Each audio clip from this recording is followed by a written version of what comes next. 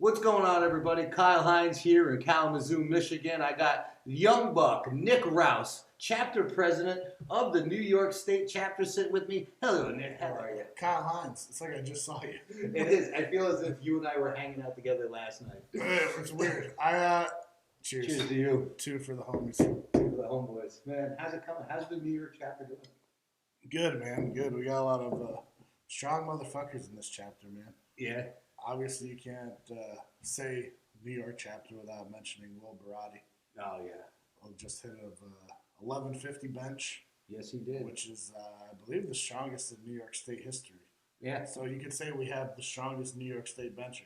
Yeah, you can because that's true. That's true. It's the truth. I'm chasing the 4-digit bench, 1,000-pound bench, and then we got a young man that came out of nowhere, Cartman. Love this kid. This kid's already coming up on an 800-pound bench, and he's 21. I watched him coming up, and then I watched him blow by my best numbers. Fast. And he's 21. I'm like, this kid, you got to keep your eye on him. And then raw dogging, we got Zach and Justin. Yeah. They train like fucking heavy hitters all the time. Constantly. They're in the thick of things. They're very regimentalized too. Yeah. It's like, hey, you want to do this? No, because my program says this, and they're not moving off of it. Yeah. Like they're very a little bit. Yeah. but also this should be fun. But it's like, well, okay, I don't want to mess with you because okay, fine. Because you hit a PR, so I guess what you're doing is working, so I can't be too mad. Then you got Newton, who big raw bencher, did 475 at Worlds. That was, I think, the heaviest raw bench at Worlds. Yeah, I think he's chasing 500. He's been chasing it a while. He's been chasing it a while. It's not a long ways away. I've seen him do it in the gym. Yeah, and then I think he got like sick or injured or something. But he's that. If you were to tell me, oh, I saw Newton do 500-pound bench, I'd be like, yeah, that makes sense. Yeah, you know what I mean? Yeah, it wouldn't blow you away. Like he's right there all the time. And then we got the skunk ape who trains all the time. He's kind of like a student too, because one time I was talking to him and he just like rattled off some stats. Yeah. We got Satan. Oh yeah. His real name's Kanan. Yeah, and I don't get to see him enough. No, he goes to college at SUNY Brockport. You've probably heard of Brockport before. I have heard of Brockport. It's like out west-ish, I think. But yeah, I think he's home now on a break for a little bit, and then he hurt his leg in a motorcycle accident, but that is not breaking his spirit because on one leg he's coming in. He recently got back. Allie Cakes, our female lifter, she's moved back from California, and she's lighter now. Yeah. So we're gonna build that strength back up, and when she's ready to go, we're gonna unleash some hell on the females. Yeah. Paul's banged up, but he's always there for wisdom and training. He's there helping. Yeah. So I mean, but when he's healthy, if he decides to go, he's a strong motherfucker too. Absolutely, I've run neck and neck with him for years. Yeah. So like I said, we got a good chapter, and it's very, you look at some chapters, and it's like, oh, they have a young chapter. Their chapter's a little older. We're very like diverse. You know what I mean? So, like, you got, like, Will and Justin who are, almost 40. They're, like, 37, 38. Paul's that age. Then you got me. I'm not young, but I'm not old. I'm, like, almost 30. Yeah. And then you got, like, the younger guys, like Cartman, Ed, Allie, Kanan. So, I think, like, we kind of hit, like, each age group pretty good. Like, we got good masters lifters. We got good junior lifters. We got good open lifters. Let's go do that. So, let's talk about you for a second. Yeah. Man, Worlds. Heartbreaker, but also very inspiring and ready to roll. Yeah, no, it was good, man. It's close. Yeah, it was one of those things. I hit my opener at 900, and I've benched 900 before, but I wasn't there to hit anything other than 1,000. Yeah. So I could have went like, put my PR is 920. My best is 920, so I could have been like, all right, give me 925. So I got a PR, but I wasn't there to do that. I wanted 1,000. So I took it, dumped the first attempt, but then what that did was I felt it. Mm-hmm. I'm like, okay, now I know what I'm dealing with. Sure. And I'm like, okay, I can fucking, if I fucking get this down and I don't dump it, I can fucking press it. Yeah. So then on that last attempt, I took it again, brought it down, and maybe I misgrooved it, but I couldn't touch and get a press command. But I guess people that were spotting me said I was like, I don't know, like right there-ish. Yeah. I was announcing, yeah, and you had enough people around you, and I just didn't want to get too close. So I don't know how close you got. Yeah, no, like Paulie was on the side, and Bill was behind me, and he said it. He's like, dude, you were like right there. Yeah, And he's like, if you, and I was just down there for so long where like the pressure was kind of like, okay, I'm holding my breath. Like I just pressed it up. Yeah. And I pressed it. So like I'm very confident I can bench 1,000 pounds. I just got to do it right. You know what I mean? Right. So like I said, it was a good experience. And the number one thing is I didn't bomb. Another thing with Worlds, man, I'm going to give a shout out. A lot of people know I have a few clients that I train at the gym, and I got them to do the meet. First is I got to mention my buddy Bryce, Big Bryce. The ladies man. The ladies man, yeah. He's a New York Special Olympics athlete in a few sports. He does floor hockey, he does softball, and now he does powerlifting too. He's fantastic. Yeah. What a pleasure to watch him. Very inspiring to watch him lift, man, because when I first started training him, man, I didn't have a lot of experience working with like the intellectually handicapped, or how, I don't know what the politically correct term. Yeah, I think that's. I know what you're saying. Yeah, I didn't have a lot of experience, so I had to dig down and find some patience.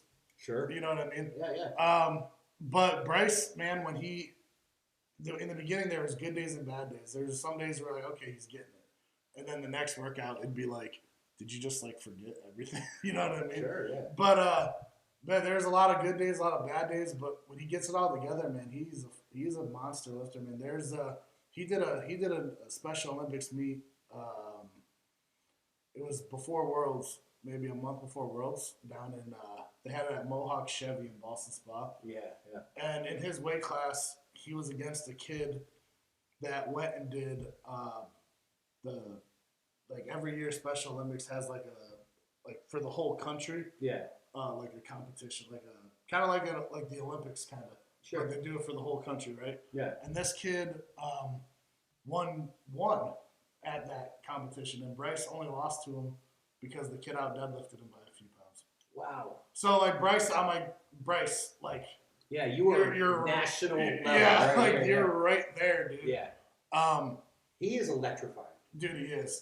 He's pounding his chest and he's screaming and getting yelling. the crowd to get behind him. Yeah, he's like, come on, let's go. Yeah. He is so much fun to watch, man. So yeah, I mean, I gotta give a shout out to him, man. He barely missed the 300-pound deadlift, but he still PR'd. He got a 275 deadlift. His PR before that was 270. That's awesome. He's light too. 160. Yeah. He's at 160. Yeah. Yeah. He had a monster squat PR, 250, which Wow. I think the adrenaline kind of took over on that because in the gym his best is like 235. So I was like, he hit that second squat, which I think he did like 235, and that was a PR. And I'm like, yeah, one more left. What do you want? He goes, I don't know. So I'm like, all right, 250, let's do it. And he didn't even ask me what I called. He just got under and did it, and actually smoked it. Did he really? Yeah. So I was like, whatever. Yeah. PR's a PR. And then bench, bench is probably his weaker lift. It's just kind of how he's built. He's got big legs, and then like not so much of a bigger torso. It's just how he's built, and long arms too. So he had a PR on bench like I think did 150, but his PR was only like 135. So like he got a 3 lift total, man. I think he had PRs on all his lifts, and so that was a good time. And then everyone in the chapter who competed. I can't say everyone. I didn't hit a PR, but I can't say anyone bombed. So that was overall it was a successful meet. Yes. Right, you guys as a chapter did very, very well. You were successful. The meet was a success. As a whole, yeah. And The especially dinner was a success. with the curveballs too, with having to find a new venue and stuff like that. Yeah, That is just kind of, like you said though. Like we hustle, we figure it out. we don't ever stop. It's just how it goes. Yeah, so the venue for Worlds was fun, right? So like usually we do the Fort William Henry, and we got a lot of pushback. Some people wanted it to be a little bit more industrial. We want a little grind this year and stuff like that. They got it for sure. Yeah, so we went to the industrial park, right? Yeah. It made sense. The you words all want right. industrial, you got it. We We rented out a building that they had been doing sandblasting in for years. Yep. And we got in there with pressure washers and we scrubbed and cleaned and made it just really nice. Yeah. And, you know, I think the venue was cool. It was rustic. It was dirty. Yep. We were actually able to save a little bit of money, so we were able to put a little bit more money into the show. Yeah, for sure. Right? You know, so and that is what we like to do here at the chapter at the club. That's what Metal Militia as a whole is what all we do. about. Yeah, we put the money right back into the lifter. So the lifter's got a better experience by changing the venue. But yeah, I mean, one thing I did want to talk about here on the podcast was mentorship. Yeah. Is that the right word? Mentorship, Mentoring? Yes. Who's your mentor? I've had a few, man. I've been lucky to have some good ones. Yeah, yeah. If I go in chronological order, I guess my first mentors would be like my early coaches. Sure. You know what I mean? So I started playing Pop Warner when I was young, football. And Pop Warner, man, was kind of weird. Pop Warner practices were harder than my high school practices. So, like, at 8 years old, you're getting screamed at and swore at. And I did not know that. Yeah. Wow. I don't think that happens anymore. I'm not, like I said, I'm not that old, but, like, things change, you know? Yeah. But, like, it's, in upstate New York in August, humid, hot, and you're doing laps around a field that's probably not OSHA approved. Like, there's sharp rocks, shards of glass. And you're having a grown man tell you fucking suck at football, and you're like, I don't even know what to do. You're like, and then, like, looking back, it's like, bro, I was 8. Like, calm down. What the fuck? Right. But, like, when you go through shit like that, it kind of shapes you. It kind of toughens you up. Not saying it was right or wrong. Like, I look back and I'm thankful for it. But, and then my first, I guess, real mentor as, like, a young man maturing into an adult would be, I had an English teacher named Mr. Aurelia, who was also my football coach in high school. He just was, I've never met, like, one of, like, a better human being. Wow. He is since, he passed away when I was in high school, but he, I don't know, man. He's just like, when you think of like just a good dude and like a solid person, that was him. I don't know how else to describe it. That's really awesome. Yeah, like I remember I played football. He was a varsity coach, and I was a sophomore, and I got pulled up to play varsity. And he was just, I don't know, man. Like you have those coaches and those teachers that are like, okay, I'm just here to get a paycheck. I know exactly what you mean. You know what I mean? I'm just here to. I'm gonna teach you some English. I'm gonna coach, and I'm gonna go home. Yeah. I'm gonna collect my paycheck. He was like you just felt that he cared. Yeah. You know what I mean? And he made you feel like you mattered. You know what I mean? Yeah. And he would tell you if you did wrong, he was strict and firm, and he was just one of those people you didn't want to disappoint. So you performed better for it. Yeah. You know what I mean? Yeah. And that was probably one of my first mentors and probably one of my favorite ones. And then I started going to Bill's gym in high school. Mm-hmm. So Bill was an early mentor who was a tough love mentor. He was rough. in a good way, though. When I met Bill, he was still heavy into competing. He was only like 38, 39 when I met him. Yeah. So he was still kicking ass, taking names. So it was kind of like, I remember one of the early workouts, I was like 16, but I could still bench like 3-something raw. So I forgot who it was, but they let me like, hey, we work out on Fridays. You should join us. So like, I got the invite. Yeah. You know what I mean? Yeah.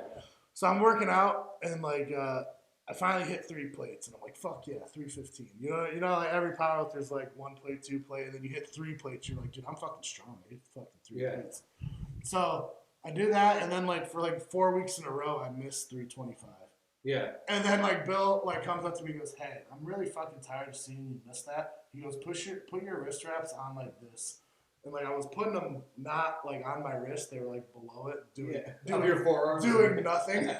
So then I did, and like a week or 2 later, I finally like got 325. I'm like, oh okay. Oh, is that all it is? Yeah. Okay, fair enough. And then I remember one day we were working out and they had a bench set up, not like right in front of the bench, but like to the side. And I'm just sitting there because I did my set. Bill sits down. He goes, fucking move.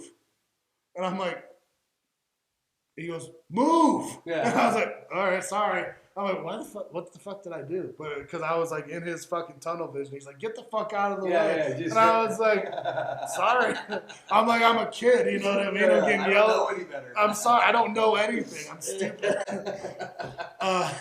But like I said, Bill knew my football coach that I said died, Jeff Aurelia, and we kind of formed a connection with that because I knew him, and he would like tell me old stories about him, and then I ended up working for Bill at the metal shop because I took welding at Bosie's, and you had to do like an internship, and I was like, I know you weld, can I like do it with you? Like I like exercise equipment, you build exercise equipment, like There's a lot of common. I'm like, this will work, you know what I mean? Yeah. And even then, man, it was a lot of tough love, but in a good way. Like it's not like I wasn't a kid that couldn't take it, you know what I mean? Right. Because I'm just kind of like, okay, you yelled at me, you tell me what I have to do to fix it, I'm just gonna do it. Right. So like, he's all right, you know how to weld? I'm like, yeah, I fucking been going to Bosie's almost 2 years, I know how to fucking weld. Yeah. So I start running the bead, he goes, stop, you don't know how to fucking weld.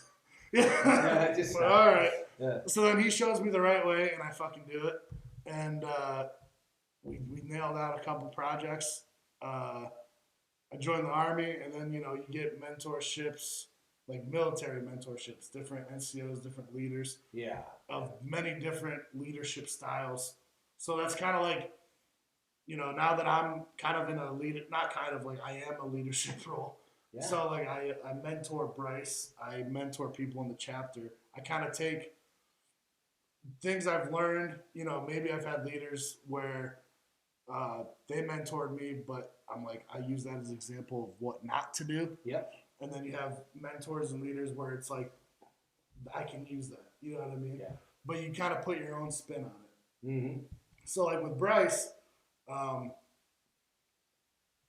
yes, Bryce has Down syndrome, but I treat him like anyone else. Yeah. You know what I mean? And I think that's important because I don't think Bryce wants to get treated differently. Of course. You know what I mean? He wants to be like everyone else. Right. So like if I yell at you for missing a lift, I'm going to yell at Bryce for missing a lift the same way. Yeah. And he responds well to it because then I've yelled at him for missing a lift, and then 5 minutes after he gets it and smokes it. I'm like, see, I told you could do it. Yeah. You know what I mean? What a good feeling that is. Yeah, it's like what I kind of compare it to, I guess, going back to like a military thing is when you break someone down, you gotta build them back up. Yep. Or they're not gonna want to fucking work for you. That's right. Ever. Right. You know what I mean? You can yell at someone, tell them they're a piece of shit, but then remind them, listen, you're not actually a piece of shit. Yeah. You just can do better, and I know you can. I'm just mad that you didn't do it. Right. But come on, fix yourself. And then they do. Yeah. Because they're like, okay, you're right, I can do it. Yeah. So that's like what I'm a big believer in when it comes to mentoring people, being a leadership is like, people are gonna fuck up. I fuck up. Mm-hmm. Everyone fucks up. I fuck up. Yeah. All the time. All the time. Dude, you're in charge of the whole shit. I fuck up all the time out there. Yeah. But if you take accountability of your fuck ups and learn from them, and you pass that knowledge on, then that's how you can be a good leader, and that's how you get your club, your chapter, your ship to go the direction you want it. Yeah. You know what I mean? That's just my personal feelings. That's like how I've gone. You know what I mean? Absolutely. One of the jobs of a leader is to get people to do things they don't want to do. Yeah. And it's hard. And there's trial and error. And there's a lot of personalities in the world. And personalities are ever changing in this new social climate. Yeah. So things are different. You're putting that very nicely. Well, it is, man. That's how I feel about it. And I don't know, I'm not a scientist. A little bit more. But so when I would get yelled at, right, as a kid, or somebody, even a young lifter, Bill would throw things at me and scream and yell and stuff. Hit you with a hat. That might not work nowadays. Someone else. So when you're developing your leadership skill, you're just like you said, you take the best from the best guys, and you take the worst from the worst guys, and make sure you never make those same mistakes. Yeah. Right. And then you have your own sauce because you have your own personality, and it's for me, it's all in the communication. If you can, it's the most important part. It's so hard. Yeah. You think that you communicate something clearly, and it's not understood, and then you're upset and you're confused. Why aren't they doing what I asked them to do? Yeah. And but at the end of the day, that's your fault, so that's your responsibility.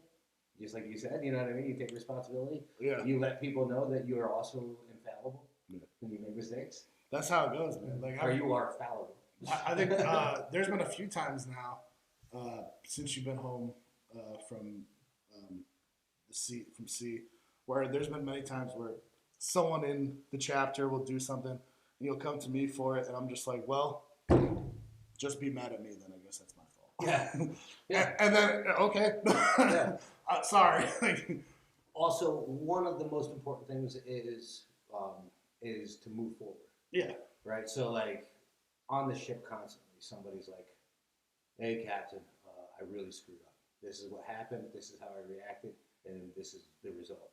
And I say, "Okay, well, let's fix the immediate problem." And then we fix the problem, and then I say, "Okay," and they're like, "I'm sorry, I'm sorry." I say, "There's no need to say you're sorry. Did you learn?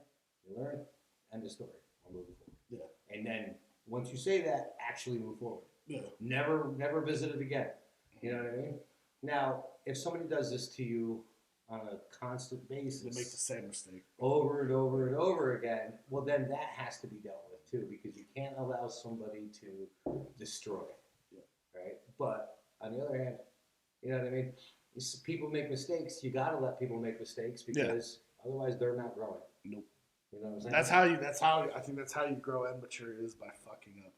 You have to. You have to fuck up. You have to. You know what I mean? Yeah. Well, if you're not fucking up, you're not taking chances, are you? At all. You're not trying. Nope. You know what I mean? No risk it. No, no risk it. No biscuit. Solution.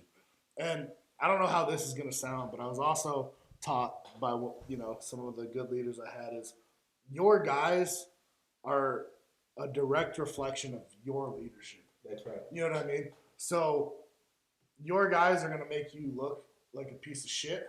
Mm-hmm. Or they're gonna make you look really fucking squared away. Yep. But that's on you to like point them in that direction of where you want to go. You know what I mean? So if you have like a lot of guys fucking up, you got to look at yourself in the mirror and be like, what am I doing wrong? Mm-hmm. You know what I mean? Or if you're finding shit out from some other people and it's like, well, why didn't you fucking tell me? Right. Why didn't you feel comfortable to tell me what did I do? Right. You know, it's like you have my phone number, you have me on Facebook, like you could have.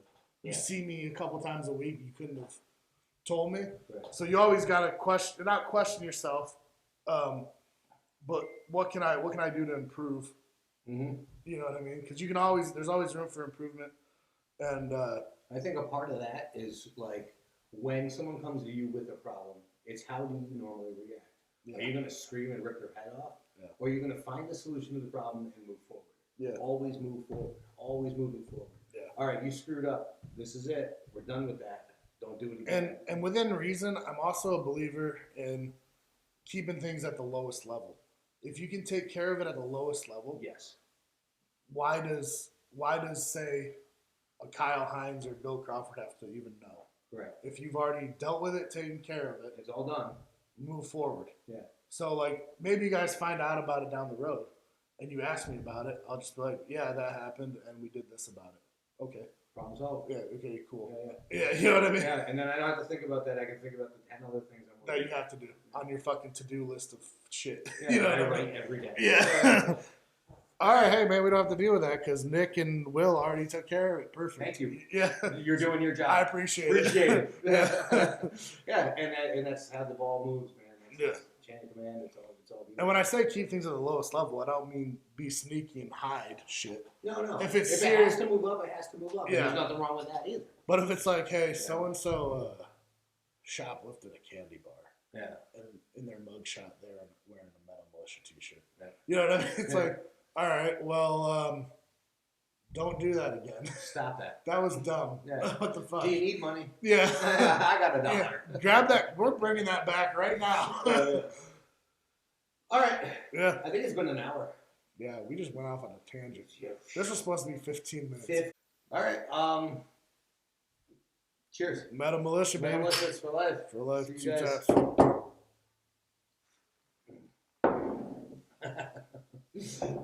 right on, man. Check that out. Boom. I thought it went pretty good. That was fun. Yeah.